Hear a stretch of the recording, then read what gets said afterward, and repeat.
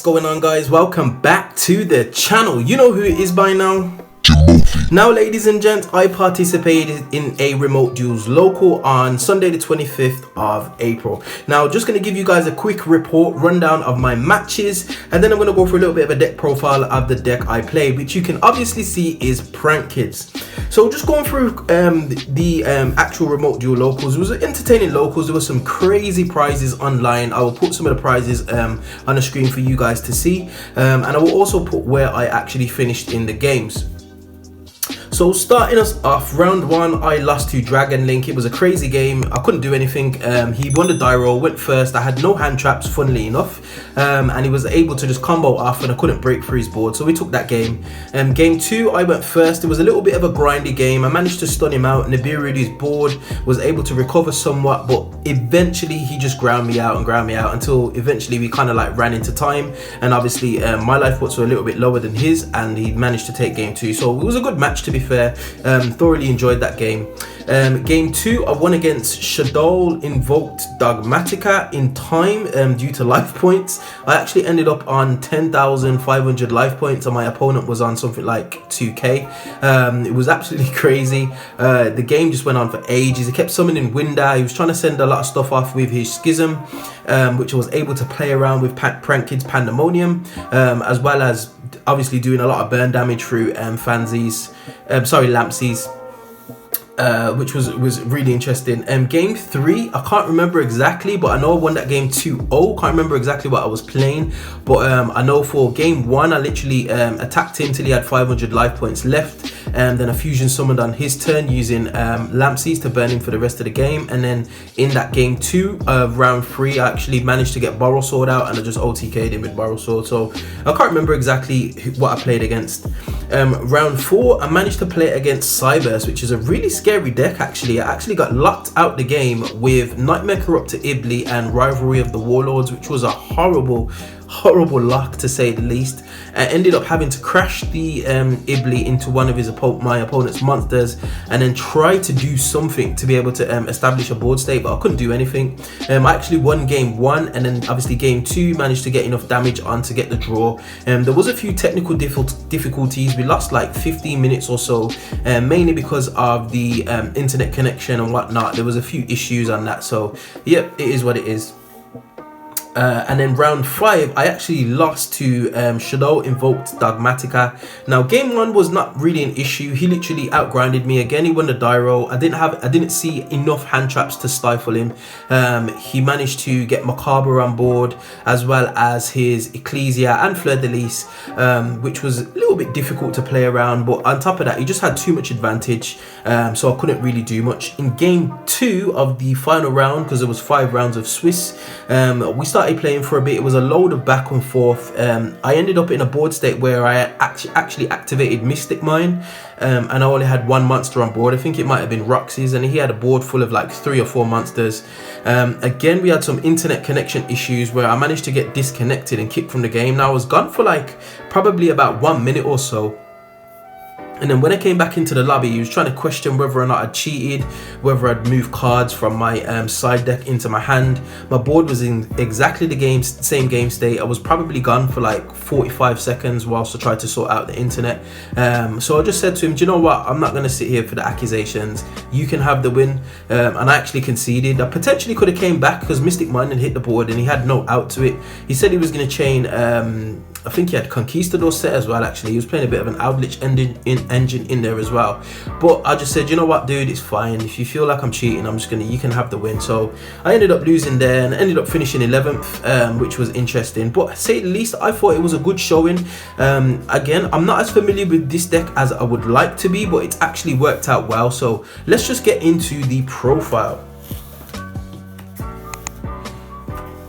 So starting us off, I am actually not gonna go over every card, but I did max out on the Prank Kids monsters because you do want to see them.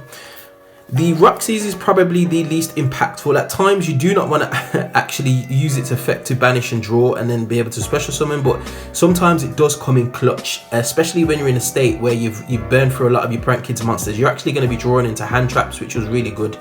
So I did like to max out on all three of the Prank Kids. You know what they do by now. They're just they're actually crazy. Burning and gaining life points just makes going into time not an issue. So maxed out on all the Prank Kids monsters. I actually also played one Dino Wrestler Pancratops. This got me out of a sticky situation, especially with the field spout up that affects all monsters you control and all monsters your opponent controls. I actually managed to beat over Window with this, and then I used it to tribute to Pop. Is crazy. This card is crazy. I understand why it's at 1, because this is literally a 2 for 1. So having 3Ds in your deck is a problem. So one Dino Wrestler Pancratops in the main. Next, for the hand traps. Now this is probably something that I'm probably going to change up going forward. So I played 2 Nibiru, 2 DD Crow, 2 Ash Blossom and Joyous Spring, 2 Droll and Lockbird, and 2 Artifact Lancia. So I actually played 10 hand traps. Now what I will say is I didn't see enough, but then I did see enough. So it kind of worked, but it didn't kind of work in the same way. So the hand traps that I did see, I always seen a mixture, which was really good. So against Dragon Link in the game 2, I managed to see Ash Blossom and Nibiru, which literally can stop their turn as long as you time it right. So it was really good in that sense. But at the same time, I feel like I didn't see them enough. There was a couple of times like where I drew and I didn't see like one hand trapped. But it is what it is, ladies and gents. I could potentially put 3 more in, I think, and still being able to be a little bit consistent with regards to my own engine, because you only need probably like 1 or 2 cards to be able to combo off. So I might actually up the Ash Blossoms, the Droll and Lockbirds, or even the Lanciers. But like I said, we shall see. I thought that the actual selection of hand traps that I had were fine. I could have actually put in another Phantasme, because Lincoln was very, very high on the agenda this get locals. So definitely something that I could include, something that I'm thinking about. But at the moment, 10 hand traps, it seemed to serve well. I didn't actually brick on any. I was always able to play if I've seen a couple of them. So I feel like the ratios are okay. I just didn't see them as consistently as I would like to. Mainly because when I did lose, it's because I didn't see a hand trap. So maybe that's just me. So that's it for the hand traps. Then for the spells, we're playing triple Prank Kid Place. This needs no introduction, ladies and gents. This actually helped me out in a Met Knight Crusadia Avramax, because I just kept lowering it to attack over turn by turn, which was really good.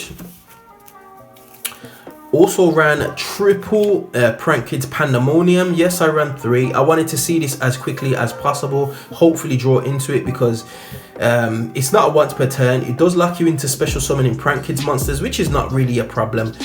So yeah, triple Prank Kids Pandemonium can actually activate this on your opponent's turn, because it's a quick play, so super useful. We played the 1 Prank Kid Pranks, which is nice. Again, easily searchable, so just played the 1. Then for some of our power 1-offs, we played the 1 Terraforming to go with our Prank Kids Place. We also played the 1 Mystic Mind. This is just a bit of a stun to stun out your opponent and stall out whilst you draw into combo pieces. We played the 1 1-for-1. I actually did not see this for the whole tournament, which was crazy. Played the 1 Chord by Grave. I actually sided that out quite a lot. Also the instant fusion, this is crazy in this deck, ladies and gents. Being able to go into Rocket Ride, get 2 monsters back on board, is just, oh, beautiful, beautiful. Also played the 1 Monster Reborn, the 1 Harpy's Feather Duster, 1 Thunder Dragon Fusion, and 1 Polymerization. Now again, lots and lots of side out targets. Sometimes I could take out mine, sometimes I took out, most of the time I took out Core by the Grave at least, with a couple of the other cards. But yeah, very, very powerful. It's always good to see a fusion spell and a couple of Prank Kids, because then you know that you're gonna at least get a couple of effects off. Because typically if you normal summon and go into the Link 1, it's very easy to stop this deck. So yeah. And then for the last main deck card, we are playing 1 Prank Kids Plan. This card is super useful. What I was doing with this was dumping it off, was it Lampsies? Fansies, and leaving it in the graveyard. And then typically what they'll do is try and out my board and then attack over one of my Prank Kids monsters. Well, what I'll do is obviously banish this from graveyard and then shuffle back all my monsters just to basically lower that card's attack, which was super useful. So definitely a power play in this deck. I think if I was to play in some kind of like scrub league and I was going to use Prank Kids, I'd probably bump this up to 2, but 1 seems to be fine. Next up to the extra deck, nothing very fancy in here. We played double Meow Meow Mew. Get your engine going, considering putting this up to 3. Also played double Prank Kids Doodle Doodle Doo. You do need 2. You do go into 2 quite a lot, just in case you want to recover. I played 1 Prank Kids Bow Wow Bark. I potentially should have upped this to 2, but it seemed to work fine. I didn't go into it as often as I would like, but it's definitely a power play, and especially in some of the grind games. I did miss the second one. Yeah. 1 Rip Roaring Roaster. This card is crazy. Somebody sent it to the graveyard off Dogmatic and Maximus, and I actually added back my Monster Reborn, then was able to reborn my Prank Kids Battle Butler and just wipe their board, which was it was absolutely crazy. So 1 Rip Roaring Roaster, 1 Borrowsword Dragon, as well as 1 Nightmare Unicorn. This comes up sometimes, Borrowsword Dragon for game, especially if you set up on your opponent's turn, because you do lock yourselves into summoning pranks when you use Pandemonium. So being able to have the material on board already and just go into a Borrowsword for OTK is just nice. We played the double Rocket Ride. This was hella useful. Again, going into the second one, using it as an instant fusion target was just pièce de résistance, as well as being able to chain block with it, which was nice. Also, we had the 1 Prank Kids Weather Washer, as well as the double Battle Butler. Again, this comes up. This can actually special summon a card from your graveyard, and it doesn't necessarily have to be a Prank Kids monster. So when this got sent as well off Dogmatic and Maximus, I was able to special summon back one of my Prank Kids Link monsters, then tribute it off to be able to make sure that my Prank Kids cards can't be destroyed by card effects, which was Bow Wow Bark, which was super useful. So yeah, double Battle Butler.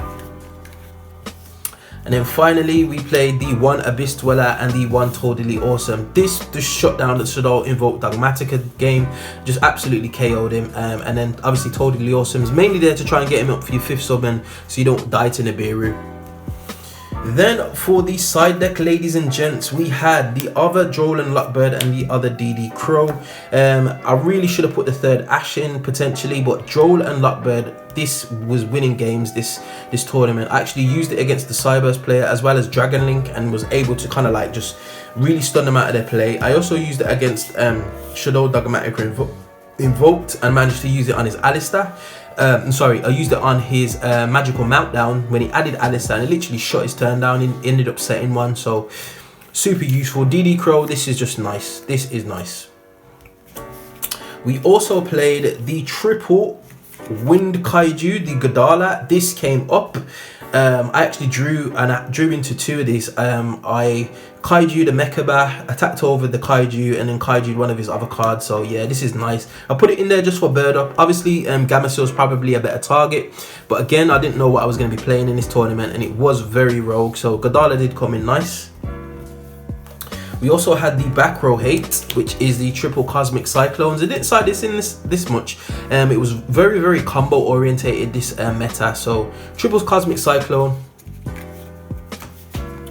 We also had the triple Dark Ruler No More. I did not actually use this a hell of a lot, but it was there nonetheless, and I probably will not take this out of my side deck, especially if I know it's going to be Dragon Link heavy. So triple Dark Ruler No More.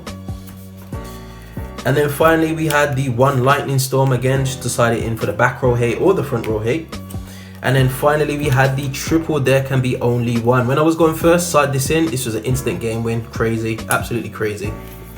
So ladies and gents, that is the remote duel locals. What I will say is there are a few problems with remote duel locals. Connection being an issue. But at the same time, we are getting closer and closer back to regular Yu-Gi-Oh! So for the time being, this will have to suffice, and it hasn't been too bad. I really enjoyed myself in the locals, and I would urge you, if you're not playing in any locals, to get involved just to see how it works and how it all runs, because it's always going to be something that we fall back on in times like this, basically.